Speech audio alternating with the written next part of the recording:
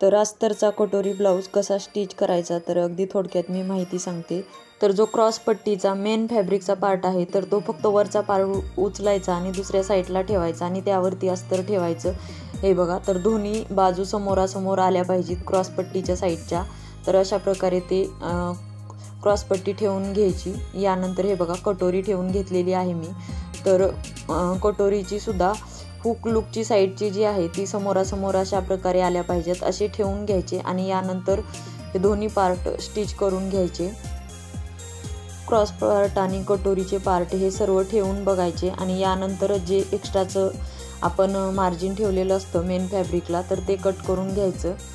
यानंतर कटोरीला टक्स टाकून घ्यायचे। कधीही आधी टक्स टाकून घ्यायचे आणि नंतर कटोरी आणि क्रॉसपट्टी जोडायला घ्यायची। तर हे बघा, मी समोरासमोर ठेवलेलं आहे। याची रुंदी 1.5 इंच आणि उंची 2.5 इंच घेतलेली आहे। कटोरीचा टक्स हा उंचीनुसार असतो, तर दोन्ही साईडचं मी तसंच केलेलं आहे।